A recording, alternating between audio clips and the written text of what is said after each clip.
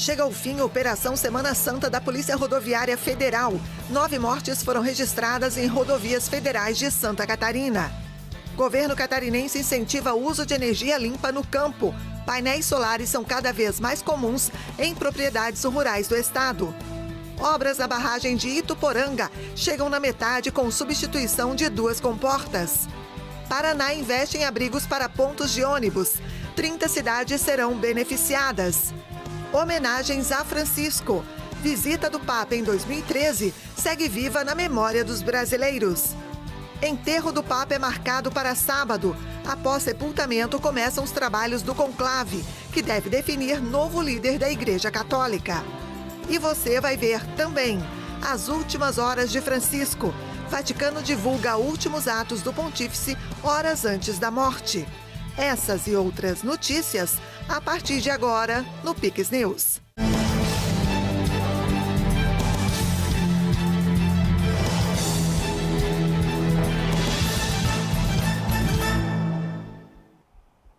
Olá, sejam todos bem-vindos ao Pix News desta terça-feira, 22 de abril. Agora, no horário de Brasília, 8h03. Nós estamos ao vivo. A Polícia Rodoviária Federal divulgou hoje o balanço da Operação Semana Santa, que terminou à meia-noite de segunda-feira. Em Santa Catarina foram registradas 9 mortes nas rodovias federais do estado, ao longo dos 5 dias de fiscalização.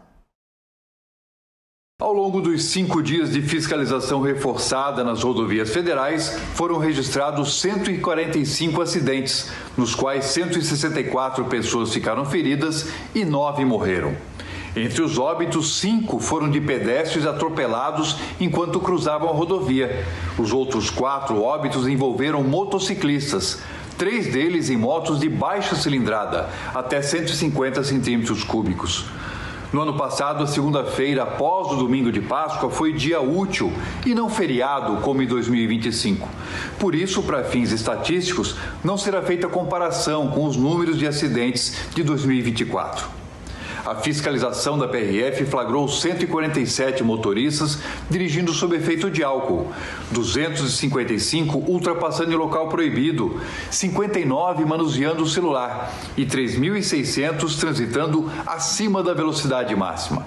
Além disso, 542 pessoas foram flagradas sem o cinto de segurança e 99 crianças estavam viajando fora da cadeirinha.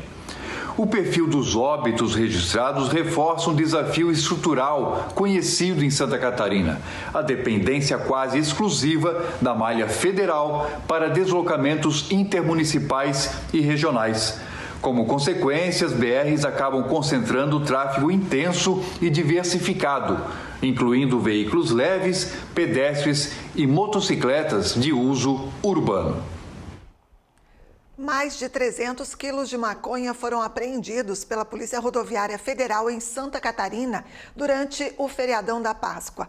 Em apenas um dia, 3 veículos com placas da Argentina foram interceptados em rodovias federais, resultando na prisão de 5 pessoas. A droga estava escondida em compartimentos ocultos e seria distribuída em cidades do sul do país. As apreensões ocorreram no sábado, durante a operação da PRF nas rodovias federais em Santa Catarina. Em Joinville, 2 veículos foram abordados com intervalos de poucos minutos. Os automóveis, ambos com placas da Argentina, escondiam mais de 200 quilos de maconha em locais como portas, painéis e assoalho.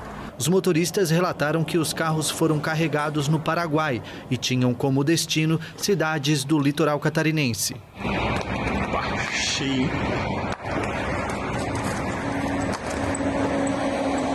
No mesmo dia, em Itapema, um terceiro carro com placas ilegíveis foi parado na BR-101. Na vistoria, foram encontrados quase 93 quilos da droga escondidos em compartimentos improvisados. A PRF descobriu que o veículo era brasileiro, estava com placas clonadas e tinha registro de roubo em Foz do Iguaçu, no Paraná. O casal que ocupava o carro, de nacionalidade paraguaia, confessou que receberia pagamento para levar o carregamento até Porto Alegre. Os veículos, os presos e os entorpecentes foram encaminhados às sedes da Polícia Federal em Joinville e Itajaí. As ocorrências foram registradas como tráfico internacional de drogas e, em um dos casos, também por receptação. A Polícia Rodoviária Federal recuperou na tarde de hoje em Garuva, norte catarinense, uma picape roubada num mega assalto a uma loja de veículos em Jaraguá do Sul. 2 bandidos foram presos. Os policiais receberam a informação do crime e localizaram um dos veículos, uma Mitsubishi Pajero, transitando na BR-101 sentido norte.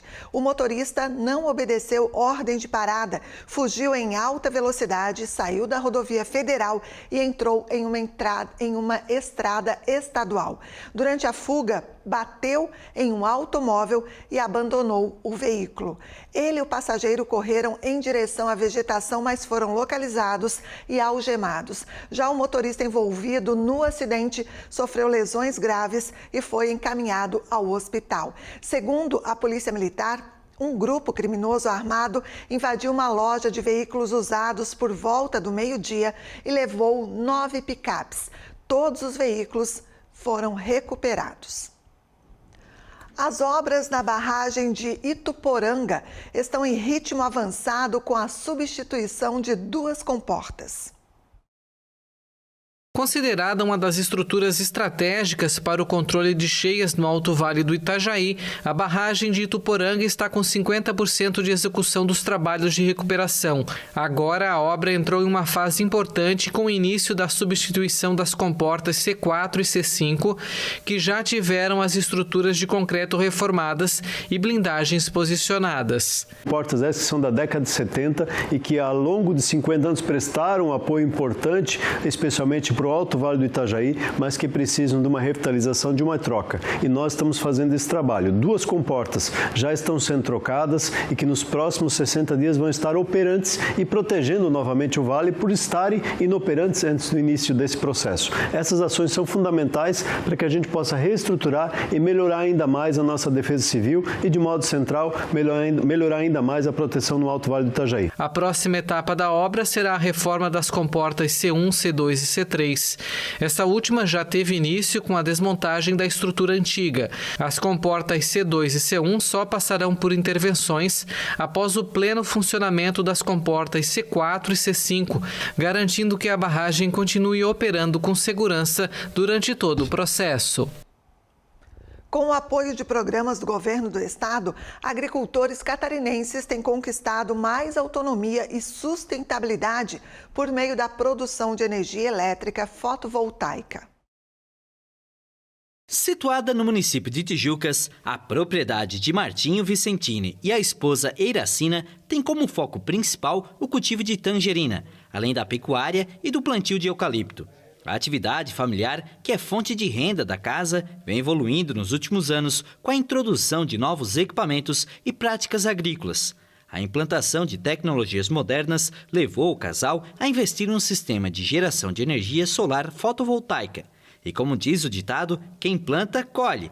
E eles já estão vendo o retorno com a redução da conta de energia. Hoje eu tenho a minha própria energia, eu economizo bastante, né? Eu pagava antes em torno de 480, 500 reais e hoje eu pago a taxa de 80 reais, depende do meu consumo, né? Varia. Às vezes é menos, às vezes dá mais no final do mês. No dia a dia trouxe mais rentabilidade porque daí eu economizo na conta de energia, né? Daí eu posso estar investindo esse dinheiro em outras coisas para a melhoria da propriedade. O investimento foi realizado com apoio do governo do estado. Com a orientação técnica da Epagre, o casal conheceu o programa Financia Agro SC e contratou um empréstimo de mais de 15 mil reais, com prazo de 5 anos para quitação, sem incidência de juros. O principal benefício é a economia na conta de luz, né? E a gente está produzindo a nossa própria energia, com energia limpa, né? Desde 2023, a Secretaria de Estado de Agricultura e Pecuária de Santa Catarina apoiou quase 8 mil contratos de produtores rurais pelos programas Financia Agro SC e Pronamp Agro SC, destinados à instalação de placas solares, com investimento de mais de 10 milhões e meio de reais. Já foram mais de 7.984 contratos assinados entre o Pronamp Agro de Santa Catarina e o Financia Agro. Esses valores são para investimento em placas de geração fotovoltaica e já somam mais de 10 milhões de reais nos últimos 2 anos. Destaca-se que na atividade leiteira, pelo Financia Agro, o produtor vai pegar o recurso sem juros e ainda vai ter um abatimento de 30% do valor que ele pegou. Nas outras atividades ele vai pagar sem juros. E no Pronamp Agro haverá uma subvenção dos juros, ele vai pagar metade dos juros devidos dos juros de mercado. As 2 linhas de crédito atendem produtores enquadrados no Pronaf ou no Pronamp. O Financia Agro SC não possui juros e pode garantir desconto de até 30% nas parcelas quitadas em dia, conforme a atividade desenvolvida. O prazo de pagamento é de até 5 anos, com limite de financiamento de até R$50 mil. No caso do Pronamp Agro SC, a subvenção dos juros varia entre 3% e 5% ao ano, dependendo da modalidade. O limite de crédito é de R$100 mil por família, com prazo de até 8 anos para o pagamento. O governo do Paraná anunciou nesta terça-feira a distribuição de 1.200 abrigos para pontos de ônibus no estado. Cerca de 30 cidades vão receber o equipamento na primeira parte do projeto, que já conta, inclusive, com um investimento de R$10 milhões. A iniciativa, coordenada pela Agência de Assuntos Metropolitanos do Paraná, a AMEP, tem como objetivo trazer mais conforto e segurança aos usuários do transporte coletivo de todas as regiões do estado. Ao identificar a carência deste importante equipamento nos pontos de ônibus, que o governo paranaense adquiriu os abrigos por meio da agência. O projeto já conta com um investimento de mais de R$10 milhões. Com os novos abrigos, o estado espera melhorar a usabilidade do transporte coletivo pela população paranaense, que depende diariamente dele para trabalhar, estudar e ter acesso a diversos tipos de serviços. Nós estamos cuidando do nosso povo, fazendo com que aqueles que pegam ônibus de manhã, 5 horas, 5h30, 6 horas, com chuva, com vento, com garoa, com geada, tenham um abrigo que permita a eles ter uma saúde e cuidar da sua saúde, que é a principal preocupação do nosso governo. É uma nova etapa de entrega para todos os municípios da região metropolitana de Curitiba e pela primeira vez também a gente consegue agora, através da agência metropolitana, atender as regiões metropolitanas de Londrina e Maringá. E também temos a possibilidade, através das indicações dos deputados, de que esse abrigo de ônibus chegue em outras cidades também do estado. É um abrigo importante, já que ele vai atender a parcela mais sensível da sociedade, aquelas pessoas que dependem do ônibus e que precisam, por vezes, ficar esperando, em dias de sol, uns dias de chuva, dias de vento, e a ideia é que a gente possa oferecer um abrigo com conforto, com segurança e que possa também servir de referência aí para o transporte coletivo. O objetivo é poder melhorar a vida nas cidades. Quando a gente pensa na cidade, tem que pensar no cidadão, na perspectiva do cidadão. Então a gente tem esse olhar muito forte do transporte coletivo metropolitano, da necessidade de a gente poder ampliar a questão de abrigos, que ainda infelizmente é uma deficiência que nós temos. E essa é uma decisão acertada do governo, a gente poder, num pacote, levar 1.200 abrigos para as mais diferentes cidades aqui da região metropolitana. São 30 cidades inicialmente atendidas. A ideia é expandir esse programa para outros pontos, porque não é nem gostoso de ver, não é confortável, não é digno você não ter um espaço, um ponto, um abrigo para poder recepcionar, poder receber o cidadão. A entrega dos novos abrigos aos municípios será iniciada pela AMEP em maio e seguirá um cronograma previamente definido com as prefeituras que serão responsáveis pela instalação das estruturas modulares. A maior parte dos municípios beneficiados na primeira etapa são da região metropolitana de Curitiba.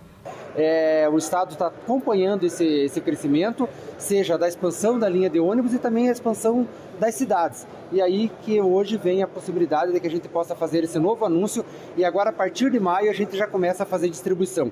Existe um cronograma de distribuição e a gente vai atender à medida que eles sejam fabricados, já que há um processo licitatório e há um cronograma de entrega. O projeto será ampliado para também atender cidades das regiões metropolitanas de Londrina e Maringá, além de outras indicadas pelos deputados estaduais via emendas. Para a segunda fase, o governo do estado já reservou outros 20 milhões de reais para a aquisição de aproximadamente 2.000 abrigos a outros municípios. E 1.200 equipamentos como esse serão colocados e depois virá uma segunda etapa, o dobro desse volume que está sendo anunciado aqui hoje. 10 milhões e 50 mil e virá mais 20 milhões numa segunda etapa, atendendo os municípios da área metropolitana de Maringá, de Londrina, de Cascavel, de Ponta Grossa e assim por diante. Por unanimidade, a primeira turma do Supremo Tribunal Federal decidiu tornar réus 6 denunciados do Núcleo 2 da trama golpista. O placar de 5-0 pelo recebimento da denúncia apresentada pela Procuradoria-Geral da República foi construído a partir do voto do relator, ministro Alexandre de Moraes. Ele foi acompanhado pelos ministros Flávio Dino, Carmen Lúcia, Luiz Fux e Cristiano Zanin. Pela decisão, os investigados passam a responder a uma ação penal pelos crimes de organização criminosa armada, tentativa de abolição violenta do Estado Democrático de Direito, golpe de Estado, dano qualificado pela violência e ameaça grave, além de deteriorização do patrimônio tombado. Os novos réus são Felipe Martins, ex-assessor de assuntos internacionais do então presidente Jair Bolsonaro, Marcelo Câmara, também ex-assessor de Bolsonaro, Silvinei Vasques, ex-diretor da Polícia Rodoviária Federal, Mário Fernandes, general da Reserva, Marília Alencar, ex-diretora de inteligência do Ministério da Justiça, e Fernando de Souza Oliveira, ex-diretor de operações do mesmo ministério. O ministro Alexandre de Moraes mencionou a participação dos acusados na redação da chamada Minuta do Golpe, documento que previa a decretação de estado de sítio, ação de garantia da lei e da ordem pelas Forças Armadas, além do plano denominado Punhal Verde e Amarelo, que tinha como objetivo matar o próprio ministro, o presidente Luiz Inácio Lula da Silva e o vice-presidente Geraldo Alckmin.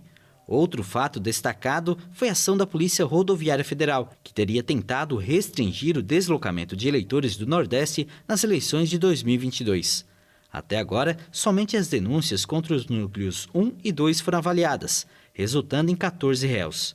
No mês passado, o ex-presidente Jair Bolsonaro e outros 7 nomes foram transformados em réus, também por decisão unânime. As denúncias contra os núcleos 3, 4 e 5 ainda serão analisadas.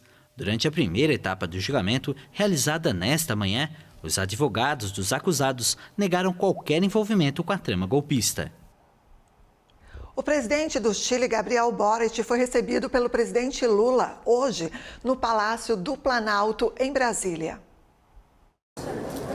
As relações diplomáticas entre Brasil e Chile foram estabelecidas em 22 de abril de 1836.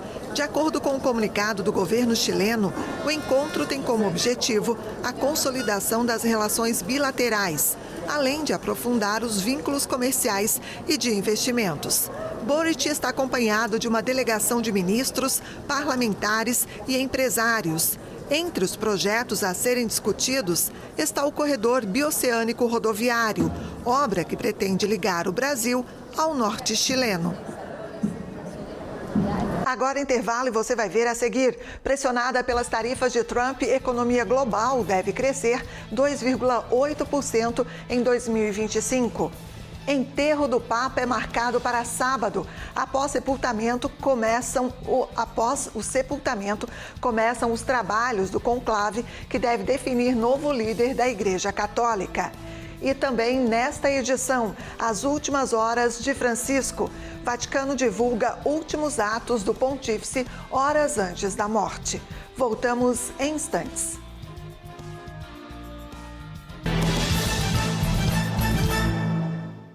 Tudo é melhor no Comprão. O frescor do hortifruti é melhor no Comprão. A qualidade da carne é melhor no Comprão. Bebida pro churras é melhor no Comprão.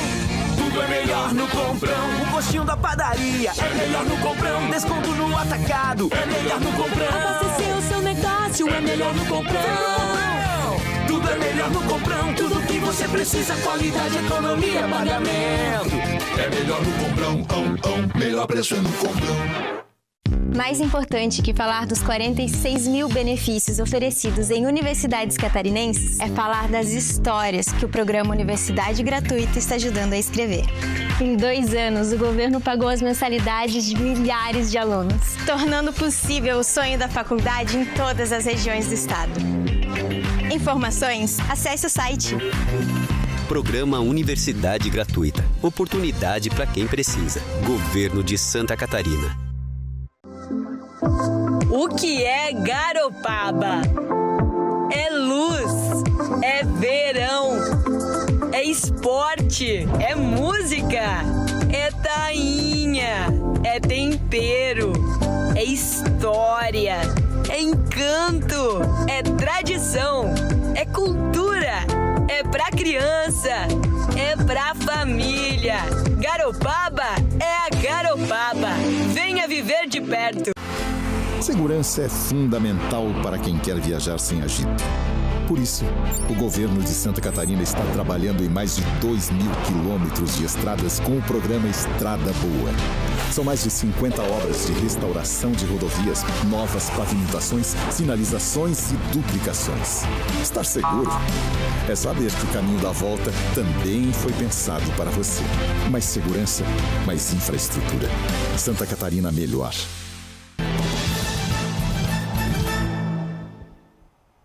Estamos de volta, 10h23. A previsão de um crescimento na economia global para este ano foi divulgada nesta terça pelo FMI, em um contexto de incertezas.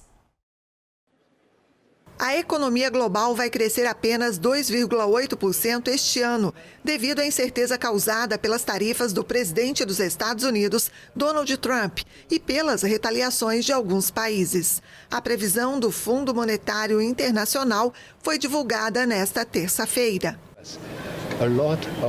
Para os Estados Unidos, as tarifas representam um choque de oferta que reduz a produtividade e a produção permanente e aumenta temporariamente as pressões sobre os preços. Isso se soma a uma perspectiva já enfraquecida e nos leva a revisar o crescimento para baixo em 0,9 ponto percentual, para 1,8%, com um rebaixamento de 0,4 ponto percentual apenas das tarifas, enquanto a inflação é revisada para cima. Desde fevereiro, os Estados Unidos anunciaram várias ondas de tarifas contra parceiros comerciais e rivais. Alguns deles responderam com contramedidas. Mesmo com um crescimento pequeno, a economia global deve ficar livre da recessão. Mas esse pesadelo ainda paira sobre o México, que arrasta a economia do continente americano para baixo, e os Estados Unidos, que podem pagar um preço alto pelas políticas protecionistas de Trump. A China, principal alvo das tarifas, pode experimentar o menor crescimento desde 1990, com apenas 4% de expansão do PIB.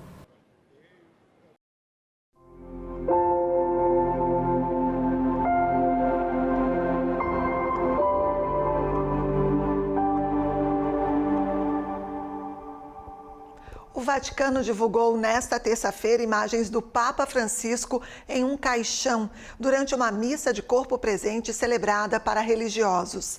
O funeral do pontífice vai acontecer no próximo sábado.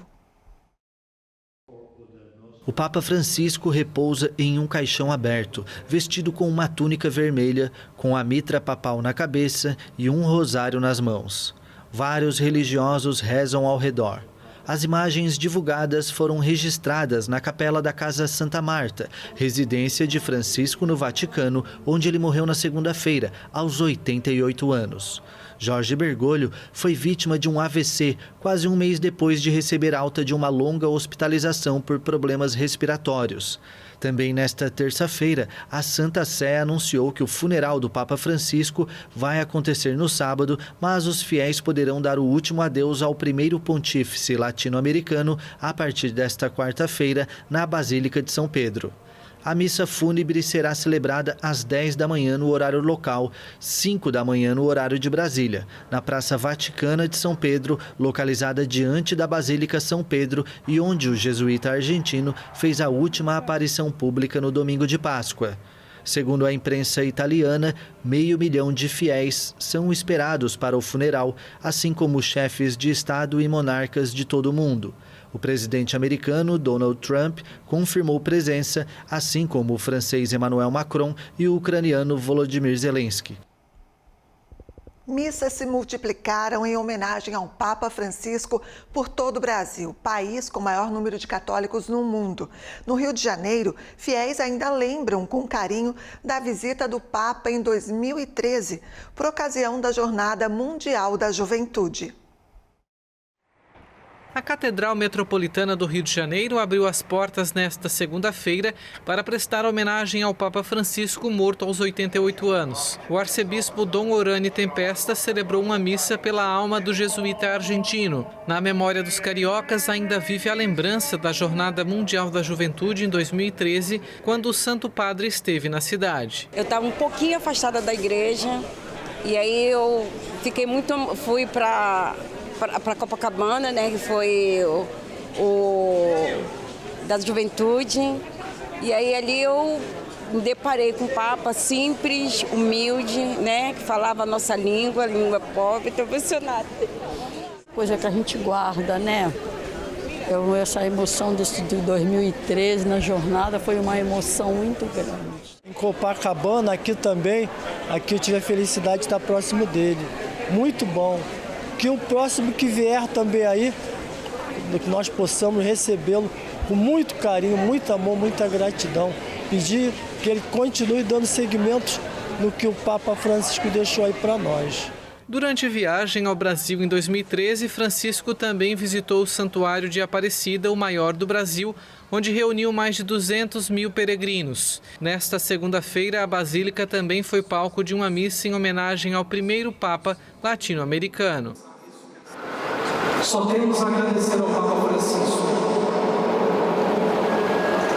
porque nos mostrou uma igreja serva, uma igreja missionária, uma igreja misericordiosa. Obrigado, Papa Francisco.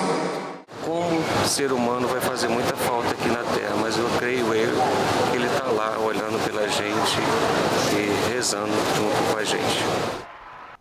E o portal oficial do Vaticano relatou nesta terça-feira como foram as últimas horas de vida do Papa Francisco. O pontífice morreu na manhã desta segunda-feira, aos 88 anos. Segundo a imprensa oficial do Vaticano, ele agradeceu ao fiel enfermeiro pessoal Massimiliano Strapetti no domingo de Páscoa. Obrigado por me trazer de volta à praça. O pontífice foi incentivado pelo profissional a ter um encontro que seria o último com a multidão a bordo do Papamóvel no domingo, horas antes da morte. Após a tradicional bênção da sacada da Basílica São Pedro, Francisco fez um passeio inesperado a bordo do veículo papal entre os milhares de fiéis reunidos para celebrar a Páscoa. Mas antes do trajeto, ele perguntou ao enfermeiro: "Acredita que eu posso fazer?" Strapetti o tranquilizou e o Papa percorreu durante quase 15 minutos a praça, abençoando vários bebês no caminho. Segundo o Vaticano News, o jesuíta argentino descansou durante a tarde no apartamento na residência de Santa Marta, no Vaticano, antes de jantar de maneira tranquila. Mas na segunda-feira, por volta das 5h30 da manhã no horário local, seguiram os primeiros sinais de mal-estar. Mais de uma hora depois de falar com o enfermeiro, entrou em coma e faleceu às 7h35 da manhã. O Vatican News relatou, com base nos depoimentos das pessoas presentes, que ele não sofreu e tudo aconteceu rapidamente. O portal descreve uma morte discreta, quase repentina, sem longas esperas nem grande clamor, para um Papa que sempre manteve a saúde em grande segredo. Depois da morte de um Papa, as atenções do mundo se voltam para o Vaticano, para o conclave. Mas como funciona a eleição? É o que nós vamos saber agora com a narração de Maria Fernanda Roxo. O conclave é um evento realizado para definir o sucessor do Papa e atrai a atenção do mundo a cada vez que é realizado. A eleição é regida pela Constituição Apostólica Universi Domini Gredis, promulgada por João Paulo II em 1996. A data de início do próximo conclave ainda não foi definida. Os 135 cardeais eleitores com menos de 80 anos seguem para a residência de Santa Marta, no Vaticano, onde vão permanecer hospedados durante todo o processo. Na manhã do primeiro dia, eles participam de uma missa solene na Basílica de São Pedro. Durante a tarde, vestidos com hábito coral, eles se reúnem na Capela Paulina do Palácio Apostólico e, em procissão para a Capela Sistina, pedem a ajuda do Espírito Santo. Sob a abóbada pintada por Michelangelo, os cardeais prestam juramento com a mão sobre o Evangelho. De acordo com um ritual herdado da Idade Média, o mestre de cerimônia pronuncia a frase extra homines, que significa todos fora. As pessoas que não participam da eleição abandonam a sala e, em seguida, as portas são fechadas. O objetivo é que os cardeais evitem as influências externas. Por sorteio, 3 cardeais são designados escrutinadores. Outros 3 são os infirmari, encarregados de recolher os votos dos purpurados doentes. E mais 3 são estabelecidos como revisores para verificar a contagem. Sentados juntos, os cardeais recebem cédulas retangulares com a frase "Elejo como sumo pontífice" em latim na parte superior, com um espaço em branco abaixo.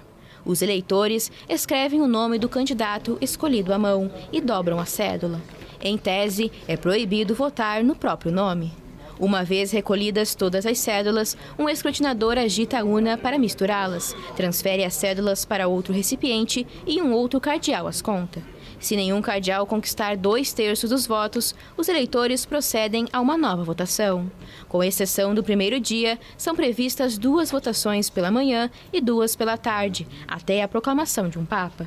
As cédulas e as anotações feitas pelos cardeais são queimadas em um fogão a cada 2 rodadas de votação. A chaminé, visível pelos fiéis na Praça de São Pedro, expele fumaça preta se nenhum Papa for eleito.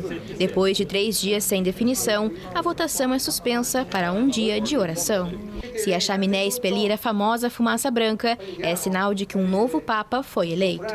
O cardeal escolhido deverá responder se aceita a eleição para sumo pontífice e por qual nome deseja ser chamado. Com a morte do Papa Francisco, o Vaticano adiou a canonização de Carlo Acutis, que estava marcada para o próximo domingo. Ainda não há uma nova data para a consagração do primeiro santo milenar. Acutis foi beatificado em 2020 e o Vaticano atribuiu 2 milagres que o qualificam para a canonização: a cura de um menino brasileiro com uma rara malformação no pâncreas e a cura de um estudante costarriquenho gravemente ferido em um acidente. Em ambos os casos, as famílias pediram a intercessão do adolescente. E o Pix News de hoje fica por aqui. A íntegra desta edição e as reportagens você pode rever no nosso novo canal no YouTube. É só procurar por Pix News HD. Curta e compartilhe os nossos conteúdos. Mais notícias você confere também no site pixtv.com.br. É só acessar.